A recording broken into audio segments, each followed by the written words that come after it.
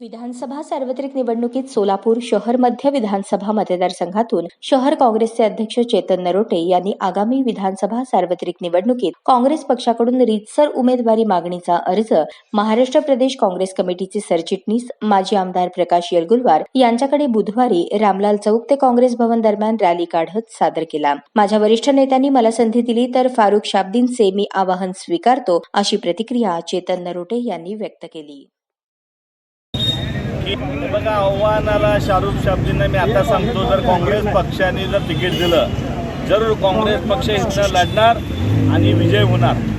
लोकशाही वाचवायची असेल तर काँग्रेस पक्षाला आता खासदार केलं, बघा वोट डिवायडर न झाल्यामुळं या ठिकाणी ताईचा विजय झाला आहे। फारुख शाब्दींना वाटत असेल किंवा काँग्रेसकडनं समोर जर नरोटे आले मी लढत देऊ शकतो, जर मला जर काँग्रेस पक्षाने जर उमेदवार दिली, मी देखील त्यांना म्हणतो की आपली लढत समोर झाल्यानंतर कळेल की काँग्रेस पक्षा ठिकाणी विजय होईल।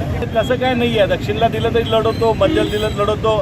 शिंदे साहेब ताई जे निर्णय देईल ते मला मान्य राहील, त्यांनी जी सांगतील ते आमच्यासाठी अंतिम निर्णय राहणार आहे।